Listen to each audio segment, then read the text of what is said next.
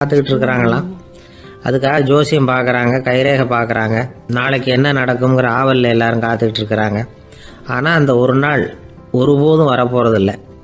நீங்கள் தள்ளி போடுறதுக்காக பல அர்த்தமில்லாத காரணங்களை தேடுறீங்க அப்படிங்கிறார் ஒரு ஞானி.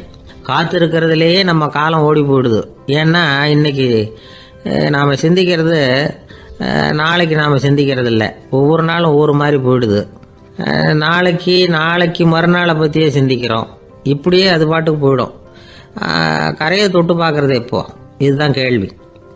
நமக்கு வேண்டியப்பட்ட ஒருத்தர் ஒரு ரயில்வே பிளாட்ஃபாரத்தில் நின்றுட்டு இருக்கிறார். அங்கே இருக்கிறவங்க கிட்ட கேட்குறாராம், விசாரிக்கிறார். ஏங்க கிழக்க போகிற ரயில் போயிட்டுதுங்களான்னாராம். போயிட்டுதுன்னு இருக்கிறாங்க. கொஞ்ச நேரம் கழிச்சு ஏங்க மேற்க போகிற ரயில் போயிட்டுதுங்களான்னு கேட்டிருக்காரு. போயிட்டுதுங்களான் இருக்காங்க. அப்புறம் கொஞ்ச நேரம் கழிச்சு மறுபடியும் ஏங்க 10:30 மணி வண்டி போயிட்டுதான்னு கேட்டிருக்காரு. தொடர்ந்து காலையிலேருந்து சாயந்தரம் வரைக்கும் இப்படி ஒரே இடத்துல நின்று